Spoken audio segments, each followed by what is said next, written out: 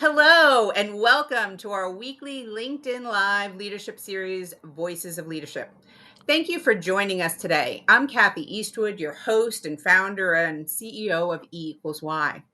Each week, we explore the fascinating world of leadership, featuring voices from various generations, industries, and backgrounds. Because a team's job is to deliver results.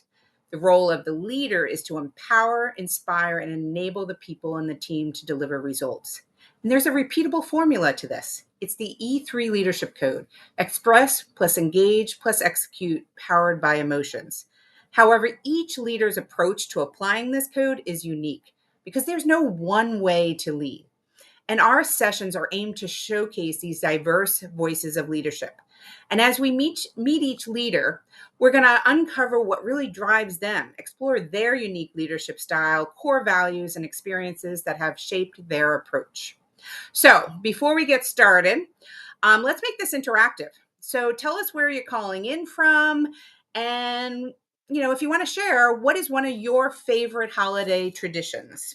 And you can share that with the group. So I am super excited to welcome my good friend, Rob Bradshaw, CEO of Cape Classics. We have both served on the board of Conscious Capitalism, New York City. Very passionate about driving ethical business practices that really make a difference. Rob heads up Cape Classics, which is known for bringing amazing South African and French wines to the U.S. And I got to admit, I've tried a lot of them, and they're good, Robin. And I see some of them behind you there. So I wish we were doing this live together, and we could be toasting It'd be some wine. fun. Yeah. And I know you've done an incredible job under your leadership, snagging the Wine Importer of the Year title from Wine Enthusiast. Rob's got a wealth of experience beyond the wine world, too, and I can't wait for him to share all of that with you. For me, what really sets Rob apart is how he's woven the principles of conscious capitalism into every part of his business. I'm excited to dive into that today and see how it's played out as your role in I'll find my words today, Cape Classic success. And I want to learn more about your leadership style. So, Rob, thanks so much for joining us. So excited to have you here. Um, why don't we start off? That was the really quick introduction. Why don't you tell us a bit more about yourself and your journey, and how you got to where you are today? Sure, sure. And I'm actually looking. It's boy, there's people from all over. This is awesome.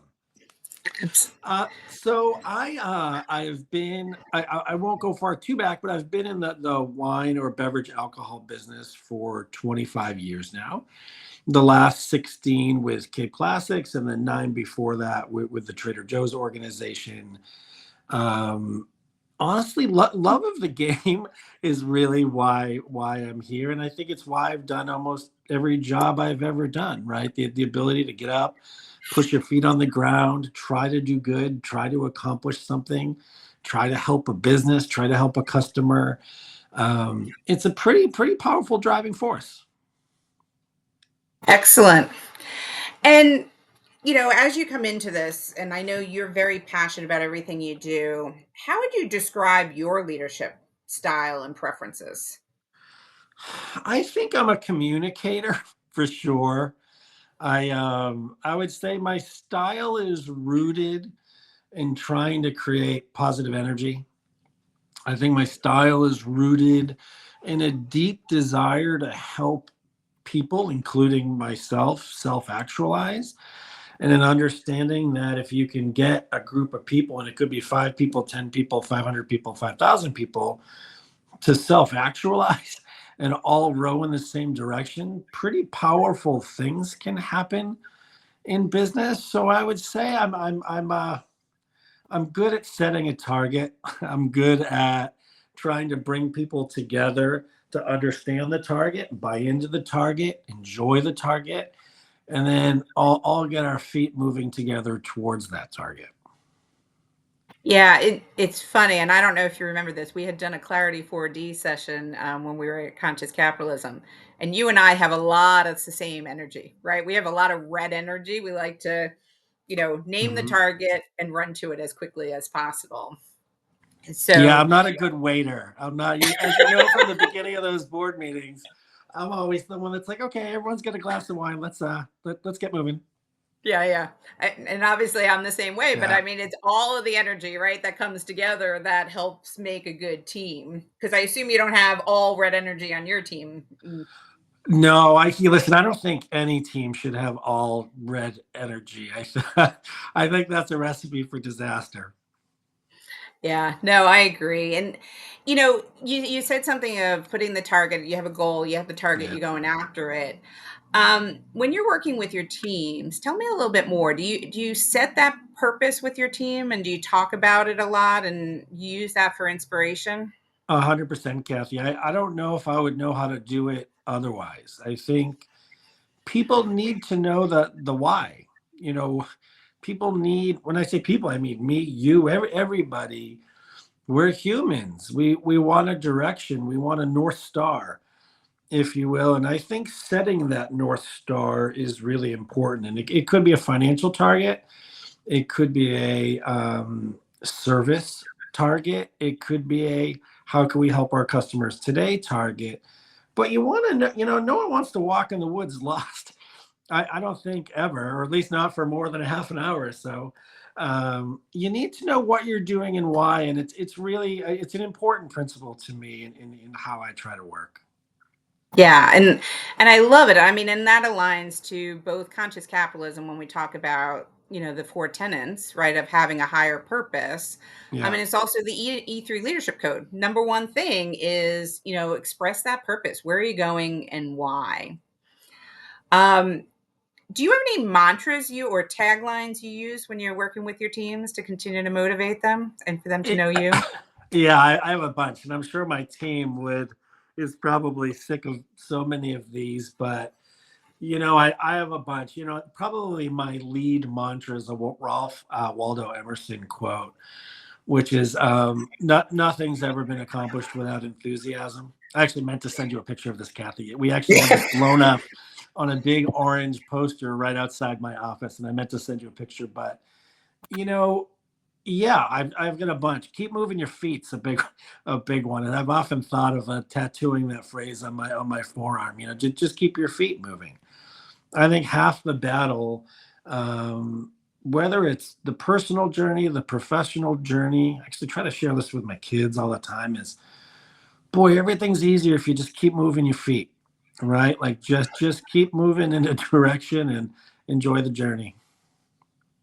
You Sorry, I'm going to go off a little bit, but you just reminded me of I was sitting in Sydney, Australia one day at a park right outside St. Mary's Church. I'll never forget this. And I'm sitting there trying to write my goals, where I was going to be in 10 years. And I was panicking. I'm like, oh my God, what's next? Like I have to have all the answers. This guy came up to me and he said, "What are you reading?" And I tell him what I'm trying to do. And he's like, "You know what, Kath? Why don't you just worry about what's next? Where are you going when you leave here?" And I'm like, "Oh, I'm going back home." "Well, then what are you doing?" "Well, I have to cook dinner." "Then what?" And he just kind of walked me through the steps for the next couple of hours. And suddenly I'm like, "Oh, I had all this clarity." So when you're Hmm. saying this, just keep your feet moving. It is so powerful. And it changed my whole direction in life, that conversation with this guy. And all of a sudden I had momentum and I packed up my stuff. I started on the next part of my journey, came home, and it was just really profound. And it's really important, Kathy. And I'm looking at this question. Help me on improving myself. Listen, what once you can commit to keeping your feet moving, then it's really easy to weigh if the direction you're moving is towards who you want to be or where you want to go, or away from who you want to be or where you go. It's really quite simple. You just need to be clear on what is that direction. Yeah.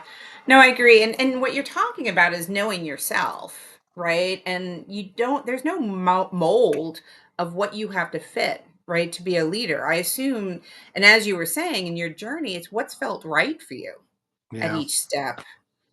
Right, and having that self-awareness of who you are and what you love to do. Yeah, things either we've all been in a dressing room trying on clothes, right? Things either fit or things don't fit.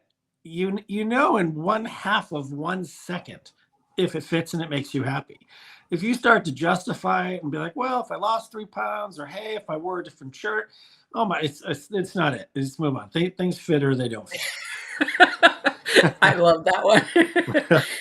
Yeah, and then I suddenly find I gotta go buy some more clothes because they don't fit anymore. I get it. But we do change, right? Yeah, no doubt.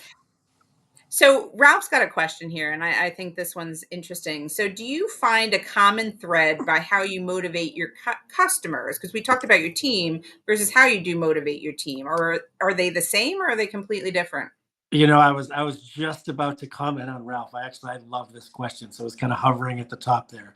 I think it's the same, Kathy and Ralph. I think, listen, we are all conscious, living, breathing people of free will, and I think that's an important thing to remember.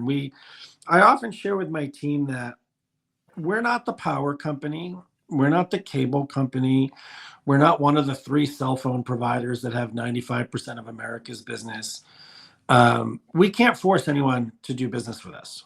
And when I pay my monthly bills, well, I pay the stuff that I have no choice, but everything else is an action based on my own agency. I do business with who I want to do business with. Mm. So our job is to inspire our customers and hopefully remind our customers and then prove ourselves to our customers that they want to do business with us. That Cape Classics is the partner they're really happy to do business with, right? And I feel the same way about our team. Our team doesn't have to work for us. I didn't have to work for Trader Joe's. I didn't We do these things because we sign up for them. And the whole job is to create a space where people want to be in that space, whether it's they want to be on your team, they want to be part of your vision, or they want to buy your product. I think there's enormous similarity all the way. Yeah, I love that. Um, and there's so much in there. Is you're constantly so that North Star then is applying with your customers as well. Yeah, no doubt. And it's service. I think pretty much everyone's in the service industry, whether they want to accept it or not, right? Especially if your life revolves around having a product that you need to sell to someone, you're in the service industry. So you have to ensure you bring such it's bigger than just quality, it's bigger than just price. There's a whole value proposition that revolves back to who you are and how you trade. And listen, everyone has their own voice and vote, and they're either going to give it to you or not. So our job, whether it's externally to the customer or internally to our team, is to make sure they give us that vote. Yeah, I love that. Which really kind of ties back, like we've talked a little bit about conscious capitalism, and there's four primary tenets for those that aren't familiar. It's about having that higher purpose, which we mentioned, really having stakeholder orientation, right? Caring more than just the shareholder, but your people, your suppliers, your customers, right? Everybody's in that ecosystem that we have to think about. Conscious leadership and conscious culture. Now, I'm very passionate about this, and this is what has been embedded. If you think about the E3 leadership code, it's all in there. But I'd love to hear from you. Like, how do you use some of these in your business practices? And I'm Uh, thinking about one in particular of a move you guys were doing. oh yeah. I'm just gonna put a pin in that for 1 second. Can Yep. I waylay to a story that I promise will come back to this? Sure. As we looked at prep notes for this, it was, good boss, bad boss. Who are your great mentors? And I found myself thinking that when you think who are your great mentors, you kind of come back to your bosses. And I've had amazing bosses. Boy, a gentleman named Steve DeGiusto changed my life as a teenager, from some amazing mentors at Trader Joe's, same at Cape Classics, but it's actually bigger than who your bosses were.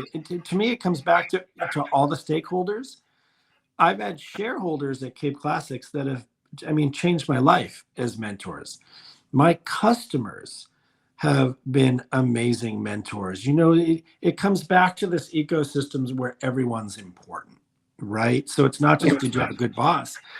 Sometimes the people that change your life are a good customer or a good shareholder or a great vendor or someone like you that you meet along the way at Conscious Cap. So yeah, coming back to our move, you have to walk your talk. That's another big phrase in my life is you have to walk your talk.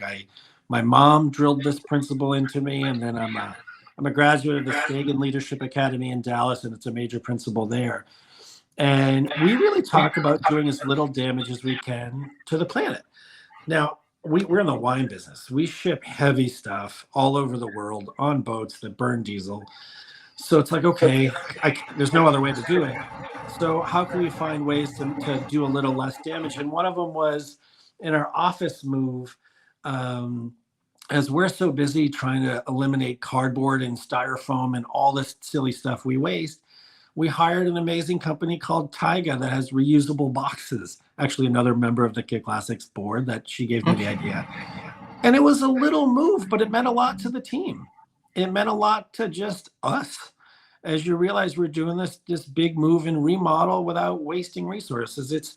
Listen, that's a little example, but often it's 100 or 1,000 little examples that add up to something big. Yeah, and as you said, and as I remember you telling me the story, and just the team really cared. Like the Yeah, fact that you would think about what's the right thing to do for the environment, for the people, for the company, for everything, rather than maybe what was the most economical, right? It no wasn't doubt. about No doubt. Yeah. It would have been cheaper to use cardboard, Kathy. But it's a little thing. Listen, you can't be in meetings and talk about how you want to do well and do right and blah, blah, blah. And then have a team lunch where everyone throws all the recycling and everything right in the trash. It's yeah. incongruous. And the people on the team are smart. They have high EQ, high IQ. They might say it or not say it, but they're going to notice if your walk doesn't align with your talk for sure. Yeah, I love that. And I see Carrie just posted Atomic Habits, right? And if anyone's read the book by James Clear, it really is about it's the little things, right, that make the difference. And I'm going to go back to, keep your feet moving, right? Like Yeah. there's this momentum that you're talking about, walk the talk, and really making a difference every step of the way. It really has an impact. Yeah, the work is the prize. If there's something I try to share with everyone, the work is the prize. The work you do when you wake up Monday morning and you're a little tired and it's 9:30, that work's actually the prize. There is no finish line. We can all talk about a bigger paycheck and a bonus and XYZ, but you know what? The paycheck goes in, it goes out. The bonus comes in, you pay the credit card. The real meaning, the reason why we're here, and I believe why we want to do great work, is because the meaning is the work. If you skip those little steps, you're skipping the meaning. At that point, you're at the airport on the moving sidewalk, and off you go. Yeah. We often talk with a lot of our leaders as we're getting them ramped up to drive change and stuff. And I use the term "what's in it for me," and it goes back to the psychological things that we all crave as individuals. And it kind of aligns to Maslow's hierarchy of needs, but everybody wants purpose. Like you mentioned it earlier, we want purpose. We want to be included. We want to feel like we're part of something bigger. We want to learn. We want to feel secure, and we Mhm. want to win, right? Like we want to be able to celebrate stuff and know that each thing that we do is making a difference. And those are motivators for people. And as a leader, Mhm. and I know as I'm listening to you, you're saying all these things with your team because that is what really inspires and motivates people to want to show up.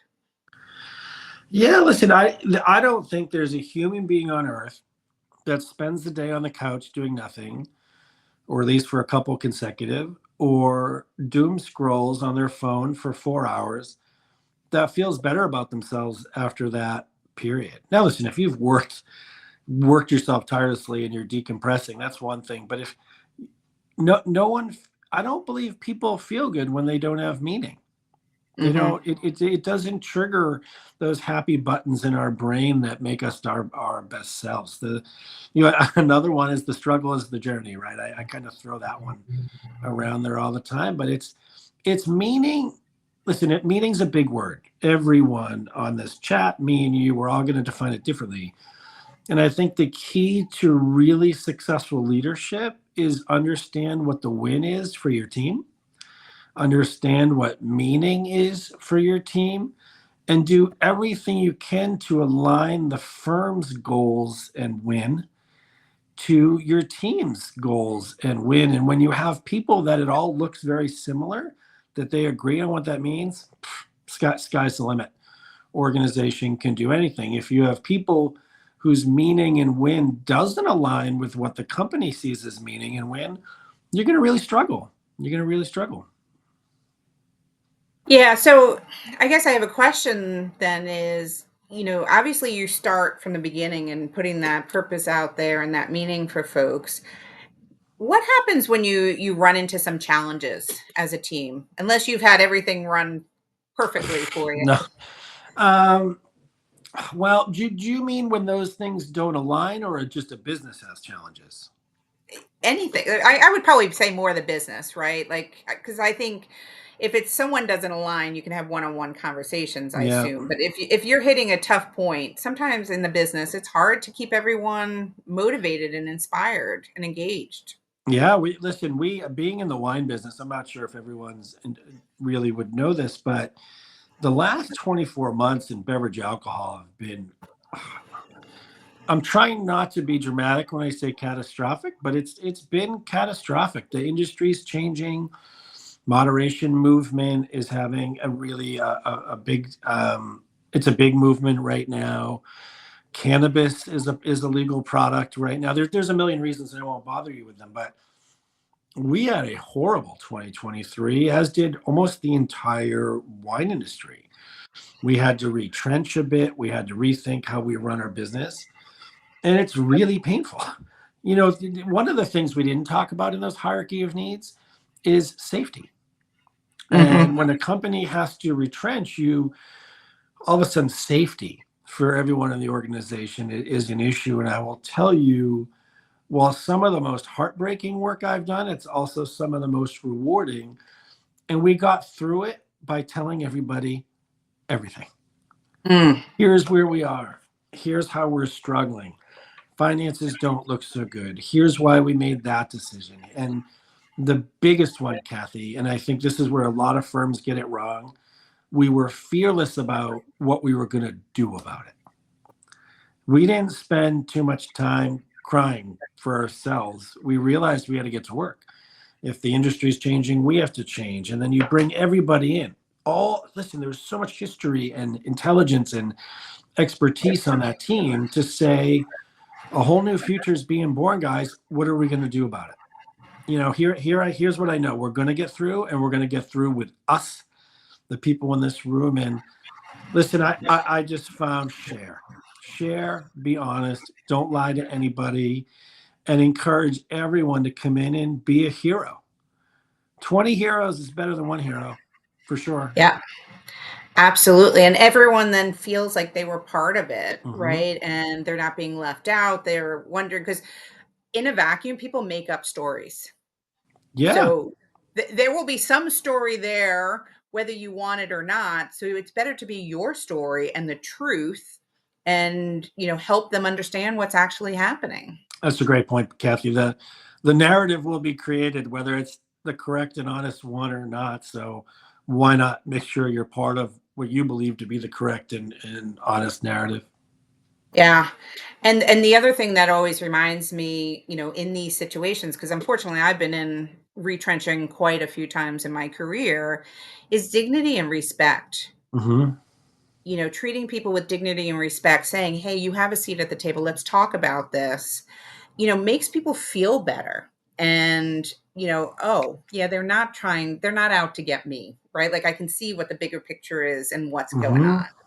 Exactly. And yeah, that's a powerful story. And I wish more leaders, like, in companies followed your lead on that one because it really does make a huge difference. And I think this is a big learning for others because we're all faced with difficult times at some point in our careers.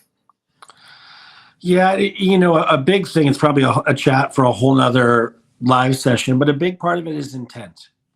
I think whether it's the people that have mentored you, the people you mentor, managing difficult times, I believe if people are comfortable with your intent, it's much easier to rally, right? It's they need to know where you're coming from and why, and have a real sense of who you are.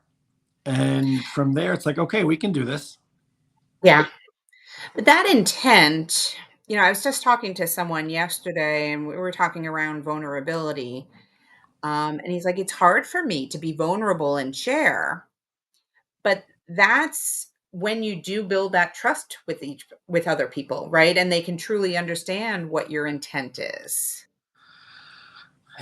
To successfully lead without some level of vulnerability, unless you're one in a million at what you do, people are going to follow you either because they believe you and trust you, or because you are so unbelievably awesome at what you do that they're going with you hell or high water.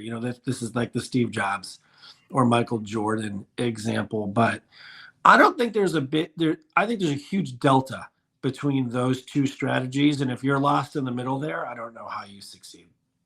Yeah. No, I agree. Because I mean, you got the adage that people leave leaders, they don't leave companies. Yeah. Right? So it's our responsibility as leaders to make sure that people feel safe, right? They feel, you know, empowered and they want to do more. Yeah, listen, something I always remind everyone is unemployment's 4% or less. Anyone can work anywhere in the same way that you're going to go shop at the store you like. Some people want to go to Trader Joe's, some people want to go to Costco, right? Like their personal decisions. We should always remember that as employers. They're working hard with you because they choose to. They want to walk through that door. Our job is to make sure they want to walk through that door, that it's a place that will bring them financial success via meaning, success via the hard work. It all rolls into one story that makes it comes back to a customer too. A customer wants to do that with you or it doesn't. Yeah. Rob, you were very aware of yourself, right? You came on very, you know what your leadership style is. You know that you want to drive and share intent with people. And how did you find that? Like, what were did you wake up one morning and suddenly really understand who you were and how you show up, or has it been a journey?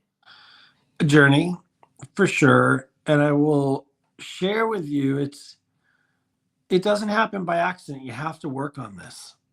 You really have to work on this.